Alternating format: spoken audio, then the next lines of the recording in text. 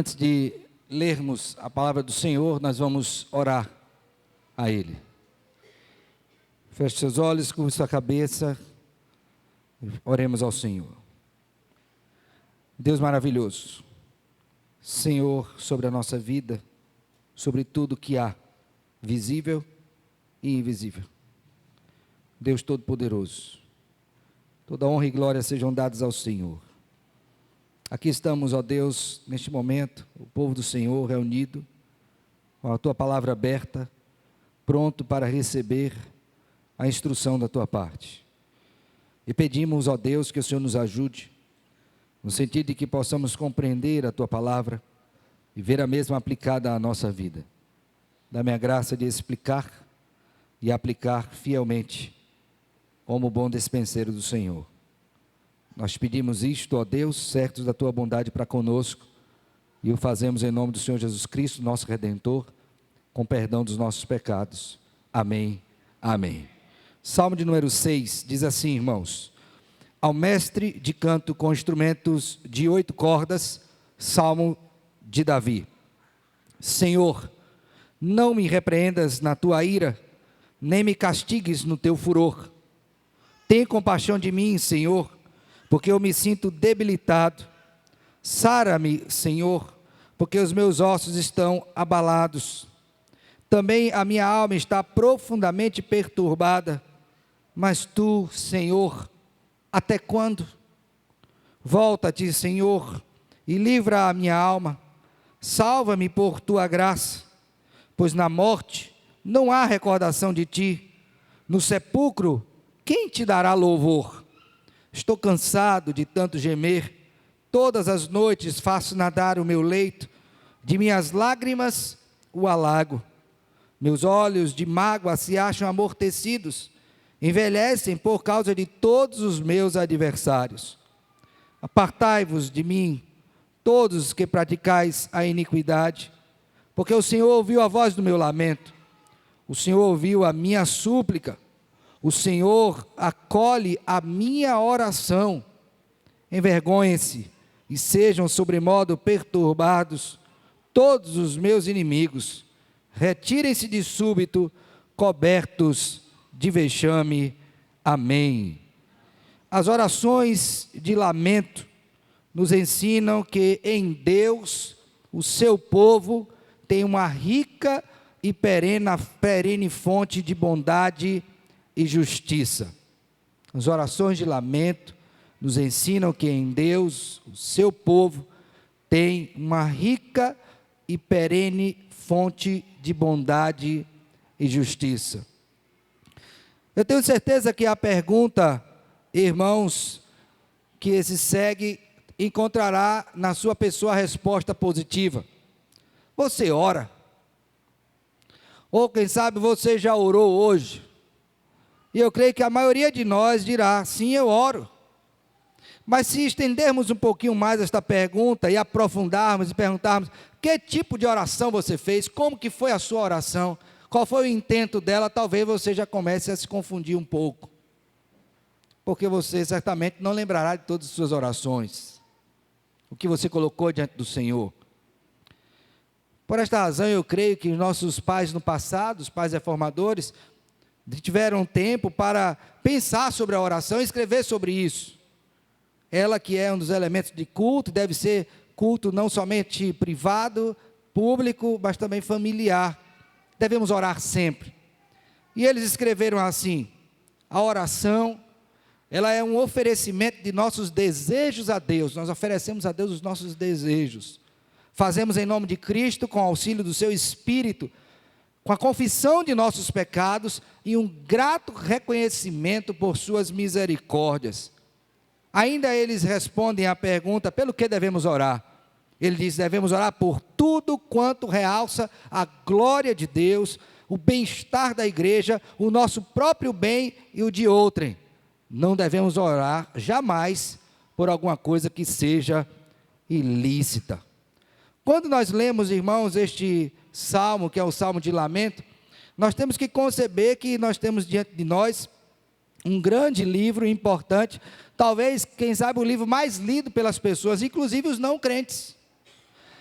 Mas algumas coisas passam despercebidas quando nós fazemos a leitura sem um devido estudo desse salmo, que é a divisão que há nele mesmo. Por exemplo, você tem um grupo de salmos chamados salmos messiânicos, você tem os salmos de adoração, você tem os salmos de ações de graças ou louvor, e dentre esses grupos você tem este especificamente, que está incluído o salmo de número 6, que são chamados dos salmos de lamento, que a semelhança do salmo 32 e do 51 montam esse grupo, que nós iremos ver a partir de hoje, se Deus permitir.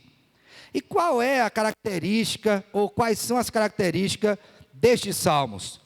E aqui eu fiz o recorte de alguns pensadores que falam sobre esse salmo de lamento, e eu creio que seja muito importante para nós que queremos orar, e queremos orar de maneira adequada, bíblica, teologicamente fundamentada. Quando você conhece o salmo de lamento, você vai se deparar com o seguinte: esses salmos são lamentos que por vezes são individuais ou coletivos, e que ajudam as pessoas. Veja bem, são salmos que são dados pelo Senhor para nos ajudar nas suas lutas, nos seus sofrimentos e nas suas decepções. As lamentações, quando coletivas, fazem a mesma coisa, só que para um grupo de pessoas, no caso aqui o povo de Deus. Portanto, se você está desencorajado, este salmo era para você. Se sua igreja está passando por um período difícil, este salmo é para a igreja. Se você faz parte de um grupo pequeno ou grande, e fica perplexo quando as coisas não vão bem, este salmo é para você. Se for assim, o uso das lamentações são adequadas para nós, o povo do Senhor, mas muitas vezes nós não fazemos uso devido delas. Há um outro autor que diz o seguinte: irmãos, nem sempre nós experimentamos uma vida bem ordenada e bem orientada. Em certos momentos, a desorientação descreve melhor a nossa vida. Os lamentos ou canções da desorientação foram escritos exatamente para momentos como estes.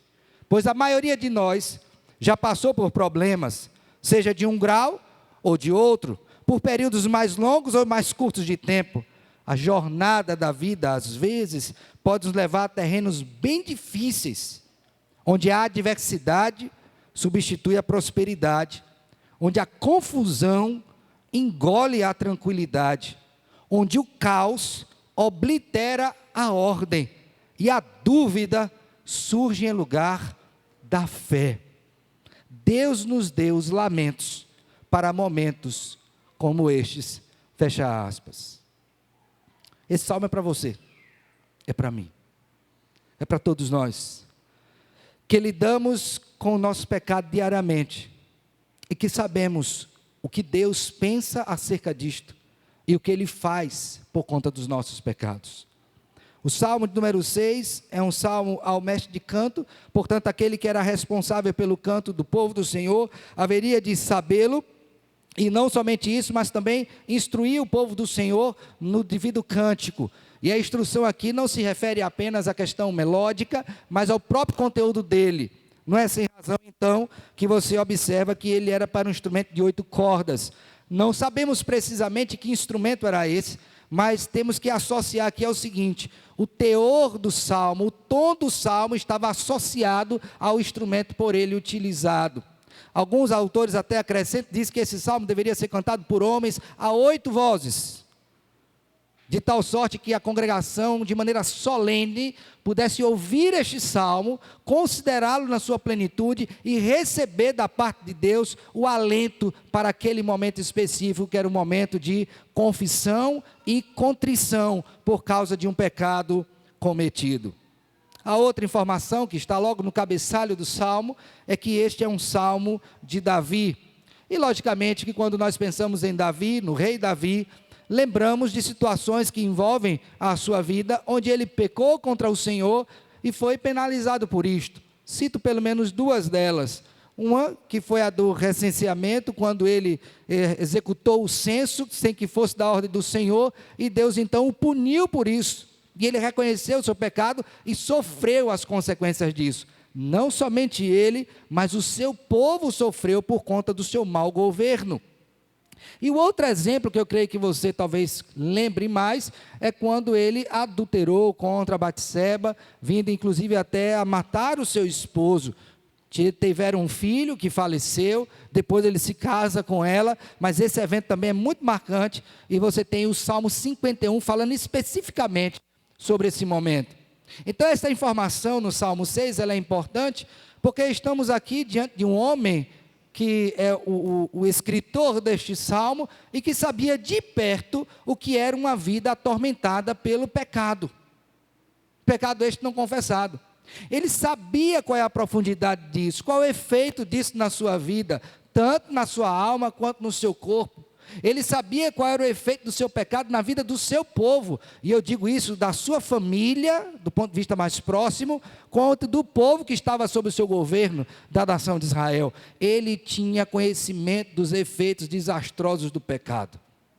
Por esta razão, então, ele escreve este salmo, onde nós podemos aprender que os salmos de lamento são uma rica fonte de Deus, uma fonte perene de bondade e justiça, instruções que nós precisamos hoje. Esse salmo está dividido em 4 partes, irmãos. A primeira delas, onde Davi faz um clamor por misericórdia. Então, é um salmo de lamento, e o seu primeiro clamor é a Deus por misericórdia, versos de número 1 a 3. Depois ele faz um clamor a Deus por sua graça, versos 4 e 5. Depois ele faz um clamor a Deus por alívio, versos 6 e 7. E finalmente um clamor a Deus por juízo, versos de número 8 a 10. Vejamos então o seu primeiro clamor, um clamor por misericórdia. O que é que ele diz? Volte seus olhos para o Salmo.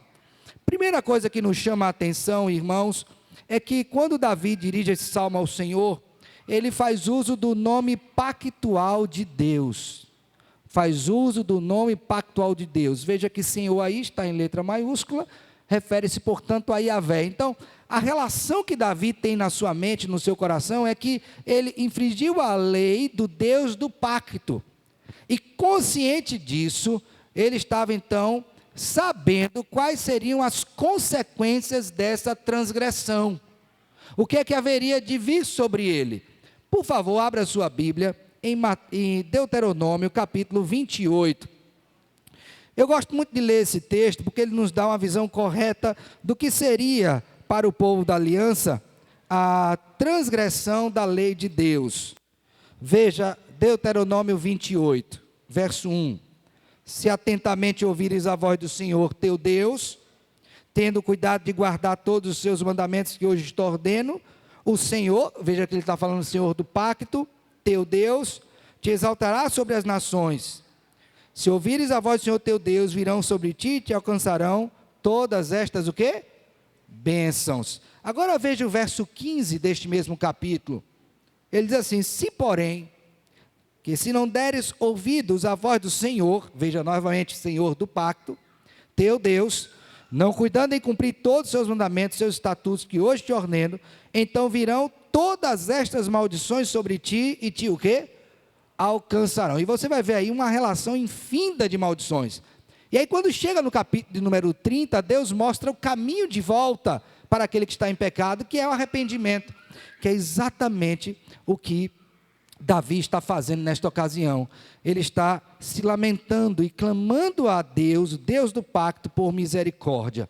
A segunda coisa que eu queria que você prestasse atenção nesse clamor por misericórdia, é que Davi está dizendo assim: Senhor, não me repreendas na tua ira, nem me castigues no teu furor, tem compaixão de mim. Davi tem em mente, além deste aspecto pactual, o que Deus pode fazer com aquele que transgride a sua lei e não se arrepende, quando ele executa a sua ira. E eu gosto também de usar 2 exemplos que eu acho fabulosos e que mostram muito bem a tratativa de Deus para com o pecado. O primeiro dele vai a partir de Gênesis capítulo 6, quando Deus revela a sua ira contra a humanidade que estava em pecado. Então ele olha do céu, contempla aquela humanidade e decide, na sua ira justa, exterminar a humanidade, salvando apenas a Noé e sua família na arca. Lembram disso? Então, quando Deus manifesta sua ira, não há remédio, irmãos. Por isso que Davi está com tanta apreensão. Senhor, não me repreendas na tua ira. Porque ele sabe que se for alvo da ira de Deus, será finalmente consumido. E aí, irmãos, o outro exemplo, Sodoma e Gomorra. Veja o que Deus fez na sua ira. E o maior de todos, a cruz de Cristo. O que foi que Deus fez com o seu Filho na cruz, que suportou todo o peso da ira justa e santa de Deus, quando morreu naquela cruz? Então Davi está consciente, irmãos, do que é estar debaixo da ira de Deus. Por isso que ele clama: Senhor, tenha misericórdia de mim, não me repreendas na tua ira, não me castigues no teu furor, porque se isto acontecer, ele está perdido. Perdido. Ele prossegue no seu lamento por misericórdia e diz: Senhor, tem compaixão de mim. Por quê? Não somente porque ele teme a ira de Deus, mas porque ele também já está debilitado. Veja que ele diz: olha, eu me sinto debilitado, sara-me, porque os meus ossos estão abalados, também a minha alma está profundamente perturbada. Então ele sabe que será consumido, mas a outra razão do seu clamor é porque ele já não tem mais forças. Ele está exaurido. E essa exaustão por conta do seu pecado não atingiu apenas a sua alma, mas o seu corpo. Todo o seu ser, de maneira integral, está assim abalado.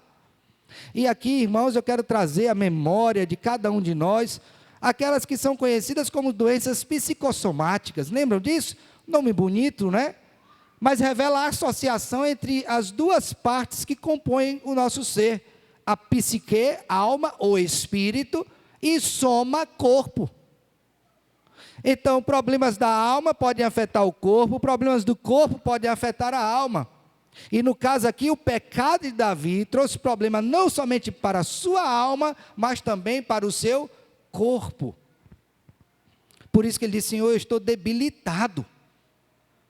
E aqui você poderia até dizer: Senhor, eu estou exausto, eu estou sem força alguma, os meus ossos estão abalados, ou seja, a minha estrutura já não mais existe, por causa do meu pecado. E aí ele diz: minha alma está profundamente perturbada. Você já sentiu perturbação na alma? Talvez se eu falar a você de dor no corpo, talvez você saiba bem o correspondente disso. Dor nas costas, sabe o que é isso, não sabe? Não consegue ficar direito, dor aqui na barriga.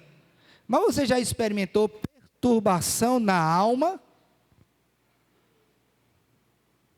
Seus pensamentos não ficam coordenados, você não sabe o que pensa direito, você não tem rumo, você não consegue desenvolver de maneira lógica um raciocínio,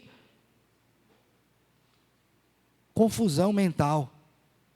E se você olhar Deuteronômio 28, você vai ver que uma das coisas que está como maldição para aqueles que não obedecem aos mandamentos do Senhor é exatamente isto: perturbação de espírito. Olha lá para você ver depois. Então Davi está consciente de que essa situação que ele está passando não é por causa do outro, é por causa do seu próprio pecado. E o seu pedido nesse momento é o quê? Senhor, não faça comigo o que eu mereço, porque se o Senhor fizer, eu ficarei ainda pior, eu serei exterminado. Clamor por misericórdia. Meu querido irmão, eu queria fazer uma pergunta para você. Quando foi a última vez que você chorou pelos seus pecados?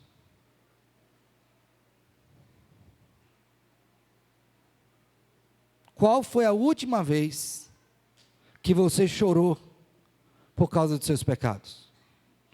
E antes que você diga que essa é uma coisa fora de moda, eu queria que você fosse comigo para Mateus capítulo 5. Mateus capítulo 5. E veja que quando o Senhor Jesus Cristo fala acerca das bem-aventuranças, ele cita uma das bem-aventuranças, verso de número 4, que deveria nos remeter aos salmos de lamento. E aqui eu creio, né, minha expectativa, minha compreensão é que Cristo está se reportando a isto. Por favor, leiam juntos Mateus 5,4. Bem, choram por quê? Por causa da miséria humana. Porque tem gente pobre. Será que é esse o choro que Cristo está falando aqui? Porque tem muita gente doente? Não. Esse choro até os ímpios têm. O choro a que se refere aqui, em harmonia com o que está sendo dito em todo o texto, especialmente com o verso anterior, que é o verso número 3, os humildes ou pobres de espírito, refere-se ao choro decorrente por causa do seu pecado, do meu pecado. E aí eu vejo que a pergunta que fiz aos irmãos agora se torna ainda mais pertinente. Quando foi a última vez que você chorou pelo seu pecado? E eu não estou falando de você chorar publicamente não, irmãos. O que poderia fazê-lo não é pecado. Eu estou falando daquele dia em que você entrou no seu quarto, em secreto, e chorou diante de Deus, clamando a Ele por misericórdia.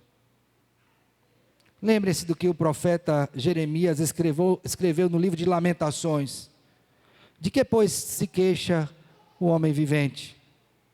Queixe-se cada um dos seus próprios pecados. Meu querido irmão, eu preciso compreender que o clamor a Deus por misericórdia é um remédio que Ele deu para a minha vida, para a sua vida, e para todas aquelas ocasiões em que eu e você estamos pecando e sofremos por isso, para que Ele não lance sobre nós aquilo que merecemos por conta dos nossos pecados. Senhor, não me dê o que eu mereço por conta do meu pecado, porque senão eu serei consumido. Mas o texto prossegue, e você tem um segundo clamor, agora versos de número 4 e 5.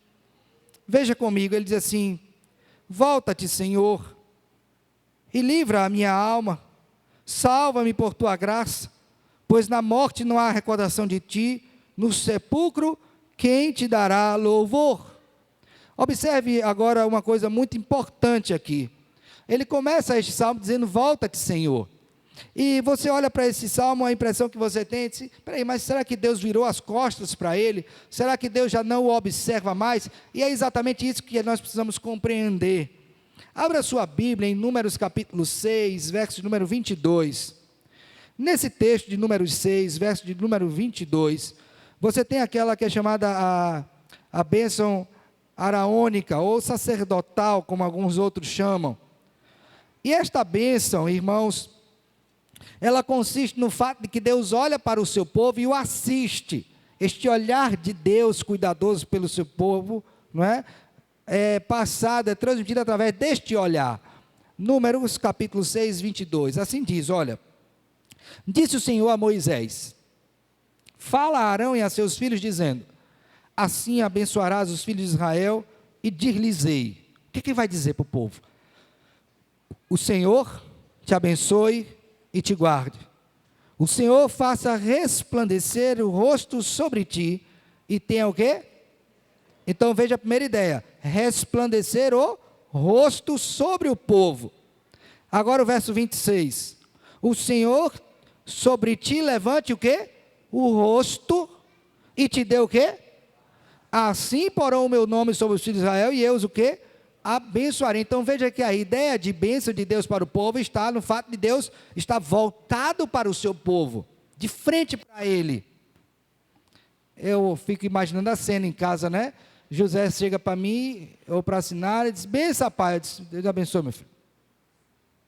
É diferente, né, de você chegar, se abaixar, pegar na mão, abraçar, beijar, e Deus te abençoe, meu filho, e ficar olhando ele partir sobre suas vistas.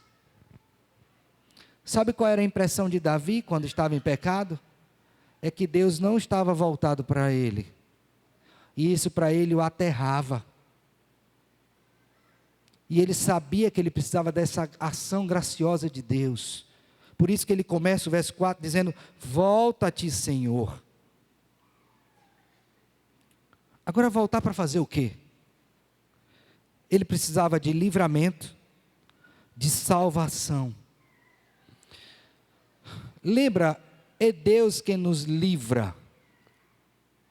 E quando você traz à memória esta ideia de livrar, lembre dos amigos de Daniel, quando eles foram colocados dentro da fornalha de fogo ardente, e o rei naquela época disse: eu quero saber quem é que vai te livrar. Ele disse: olha, eu não sei quem vai te livrar, mas se Deus quiser nos livrar, estou parafraseando, Ele o fará. Ao final, quando eles foram então salvos, graciosa e poderosamente, o rei declara publicamente: não há Deus que livre como o Deus de Israel. Deus nos livra, inclusive, da ira vindoura. Então o que Davi está querendo aqui é livramento, porque ele sabe que se Deus não o tomar pelas mãos, se Deus não segurá-lo, sustentá-lo, se Deus não for gracioso com ele, ele se perderá. O mesmo salmista, no Salmo de número 30, por favor, veja comigo, ele teve uma experiência pessoal, portanto, Salmo de número 30, experiência quando Deus virou o rosto da sua presença. Salmo 30, verso 7, disse assim: Tu, Senhor, por teu favor, fizeste permanecer forte a minha montanha. Então, enquanto Deus estava sendo favorável a ele, ele estava forte. Mas veja a parte B do verso. Apenas o quê? Voltaste o rosto. E eu fiquei logo o quê? Só foi Deus fazer isso, pronto, já foi o suficiente para ele se perder.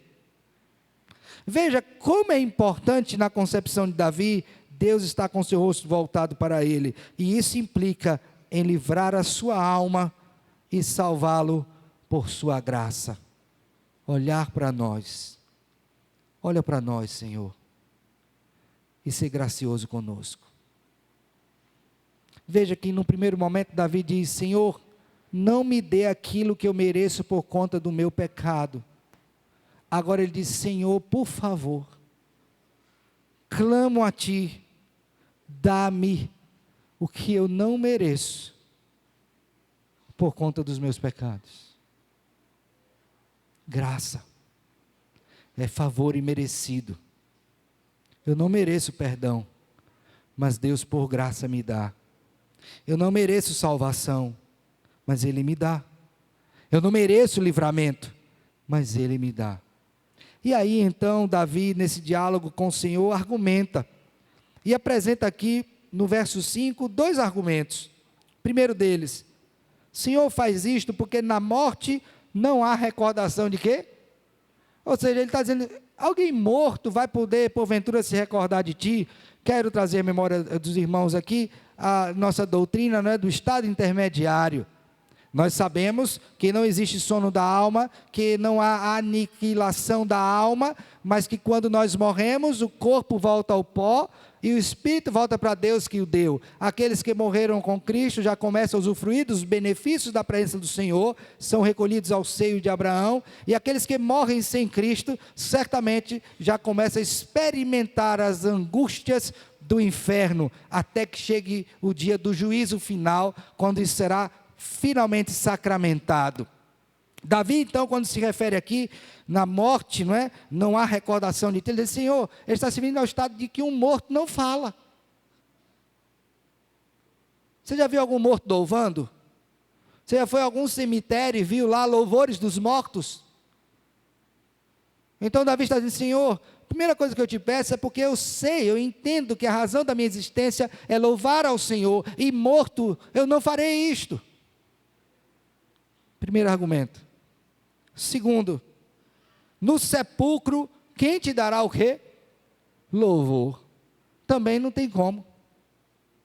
Então ele faz aqui um paralelismo sintético, unindo duas ideias, para que as pessoas compreendam perfeitamente que o seu pedido não é por conta de si mesmo, mas porque ele entendeu a razão maior da sua existência. Louvar a Deus. Vocês lembram da pergunta do nosso catecismo? Qual é o fim principal do homem? Glorificar a Deus e o quê? Essa é a razão da nossa existência. Davi compreende isto. Não porque ele tivesse o catecismo, mas porque esta é a verdade que está desde o Gênesis. Nós somos criados para o louvor da sua glória. O que é que Davi está dizendo? Senhor, dispensa da tua graça, não deixe eu perecer. Dá-me do teu favor, para que eu possa continuar te louvando. Veja, irmãos, a preocupação de Davi não é com si mesmo. É com aquilo que é a razão da sua existência. Esse não é um pedido egoísta, mas um pedido consciente, a razão pela qual Deus nos criou. Quando você clama pela graça de Deus, você faz isso por quê? Porque está pensando primeiramente no seu bem-estar ou naquilo para o que Deus lhe criou? Pense nisso. O salmista faz um terceiro clamor, agora por alívio. E eu queria que você visse muito bem por que ele pede alívio. Porque a situação realmente era muito difícil. Versos 6 e 7. Estou cansado de tanto gemer. Preste bem atenção na linguagem, tá? Ele está cansado de fazer o quê? Gemer. Aí toda vez que você lê isso, pensa bem, você já gemeu alguma vez na vida? Mas você já teve gemido da alma?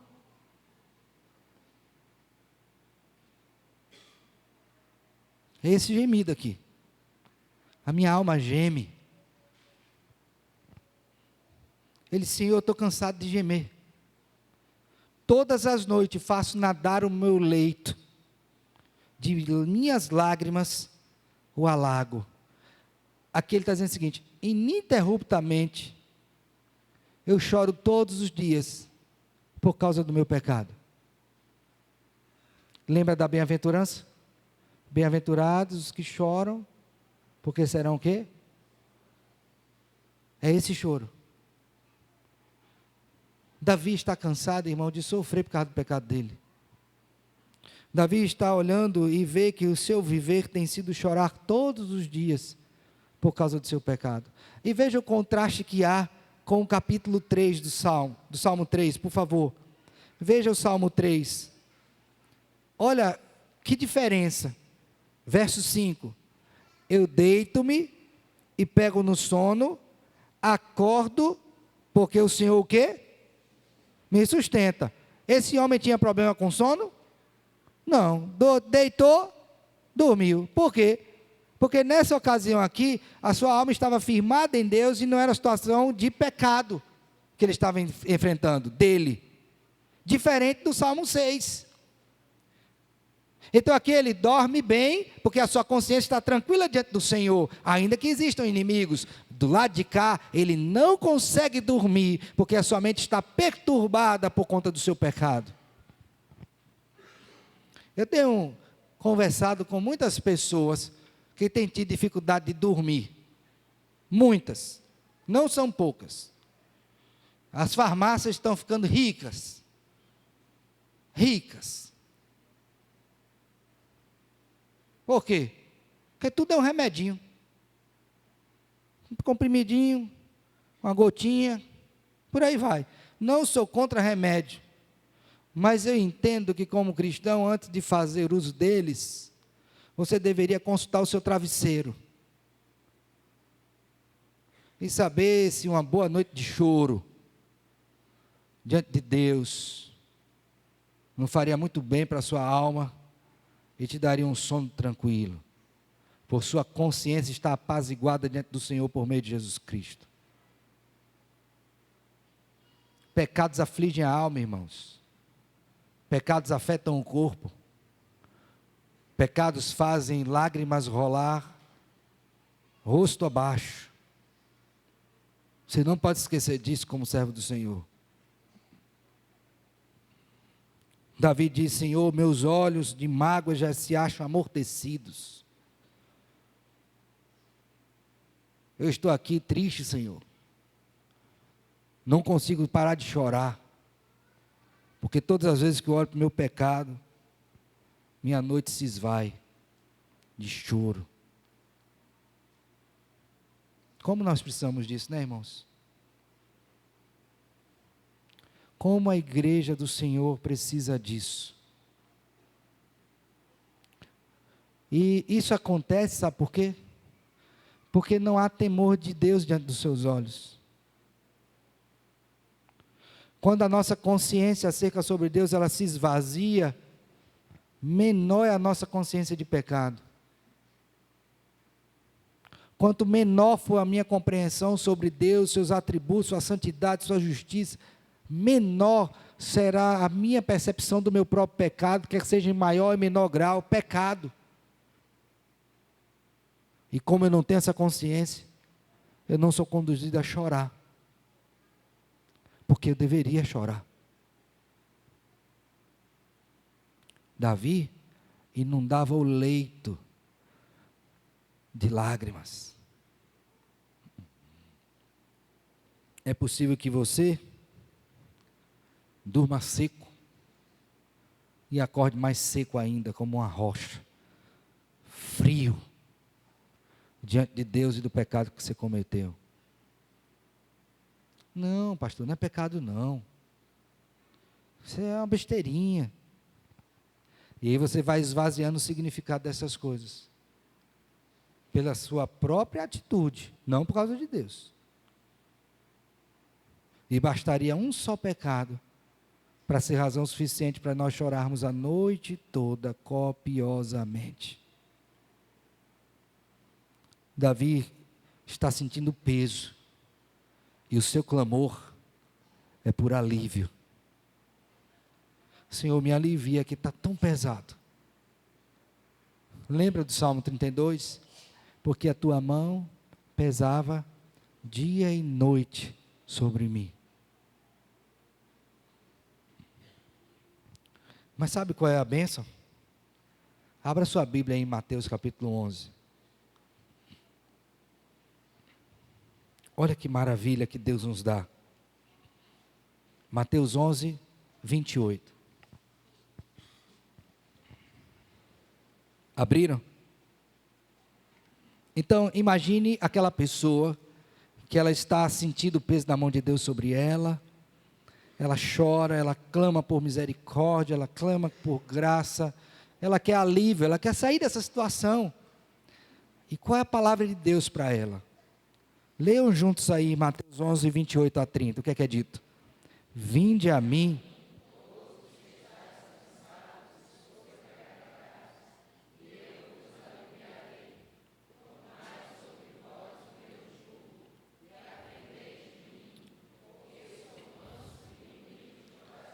E achareis, porque você quer alívio? Não é no banco dos psicanalistas, viu? É no trono de graça do Senhor Jesus Cristo. Você quer alívio para a sua alma por causa dos seus pecados? Em Cristo. Fora dele, impossível. Não existe. Alívio somente Cristo pode dar. Você está sobrecarregado? Está chorando por causa das suas dores? Vá a Jesus Cristo. Ele tem alívio. E é imediato. Alívio imediato. Não paga, não lança no rosto. Ele só quer uma coisa de você, que ele te habilita a fazer: arrependei-vos e crede. Você vai ter alívio. Finalmente, agora a tonalidade do salmo muda, porque até aqui você tem um homem que está sofrendo pelo pecado. E de imediato ele já sente o efeito desse seu clamor, por misericórdia, por graça, por alívio. Será que Deus ouviu? E o próprio Salmo responde isso. Agora, no verso número 8 até o verso número 10, você tem a resposta, já com palavras do próprio salmista. Porque agora o seu olhar não é mais para si mesmo diante de Deus, mas ele está olhando para os seus inimigos, que vendo naquela situação, começam a tirar dele proveito. Olha lá, o crente abatido, olha lá que situação ele está. Então ele vem da situação e diz: Senhor, apartai-vos de mim, todos os que praticais iniquidade. Senhor, esse povo ímpio, eu não quero perto de mim, Senhor. Veja, ele não está dizendo que é melhor do que os outros, não. Ele está vendo aqueles que, como inimigos, olham para ele e se alegram com a sua dor. Então ele está dizendo: Senhor, aparte de mim os que praticam iniquidade. Agora, por que ele está mudando o tom do salmo?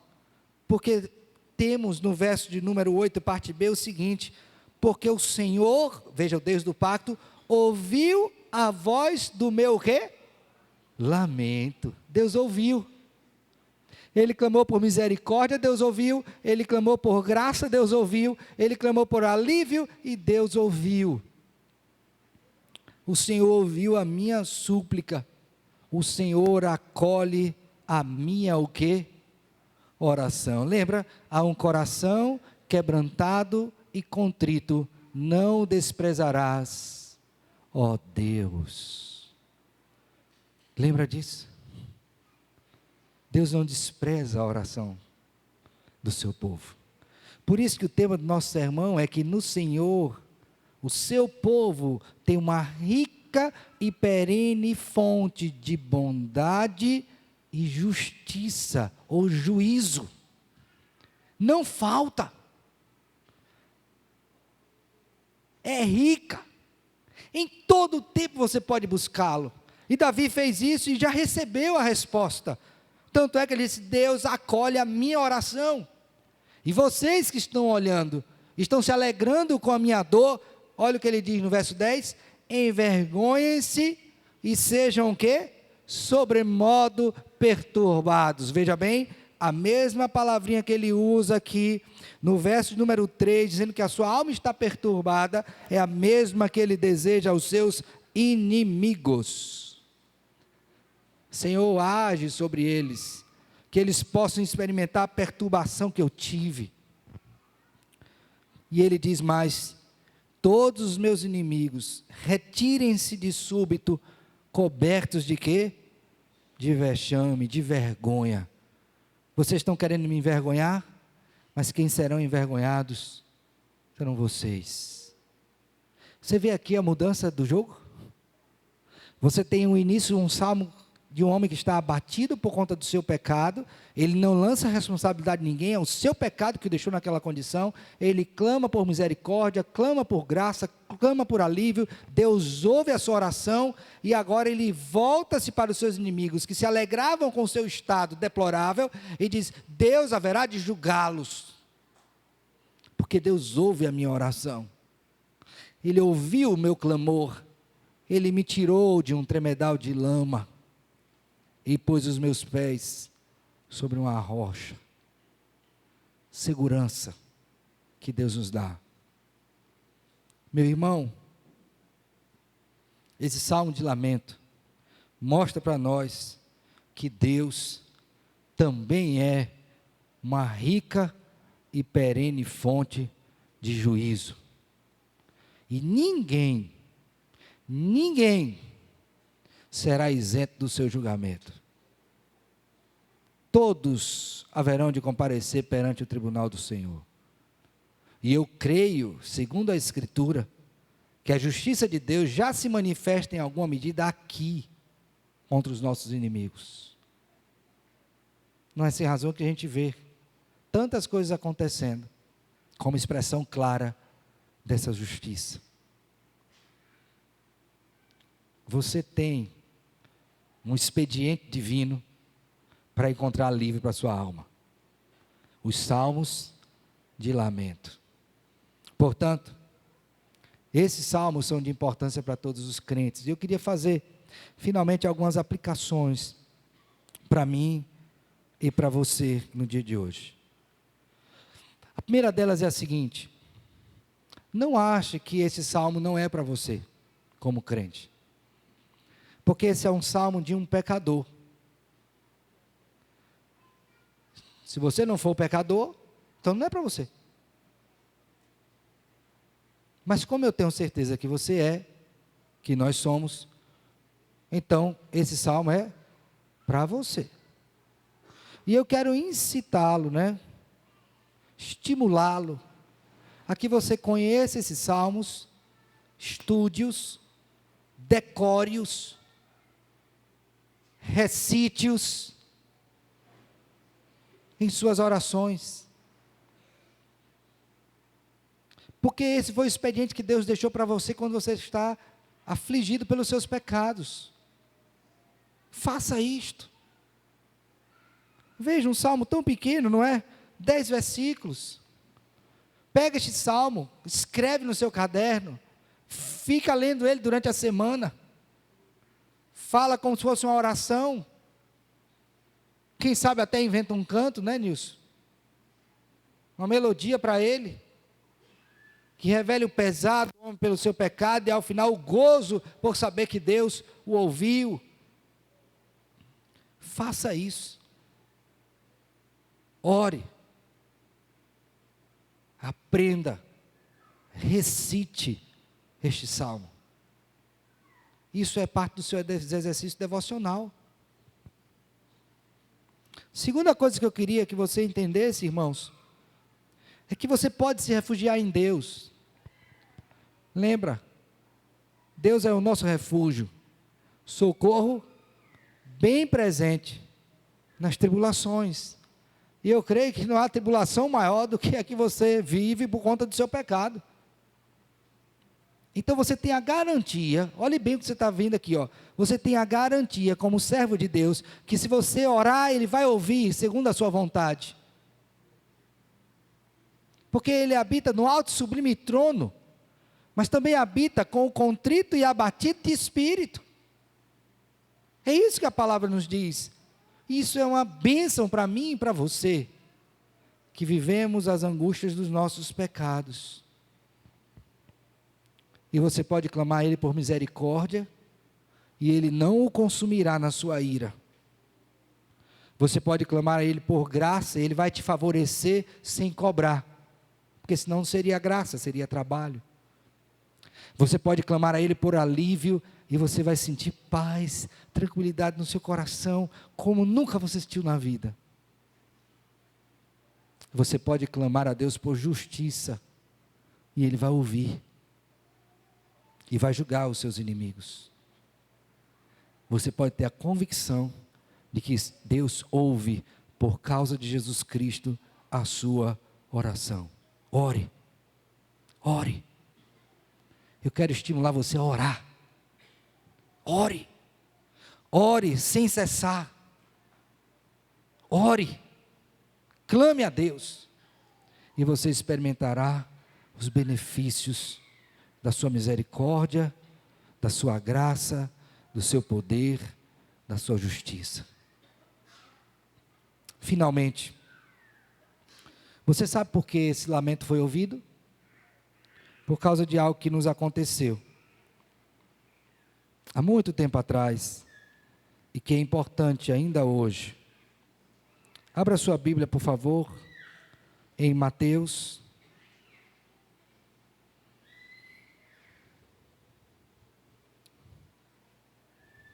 capítulo 27, verso 45.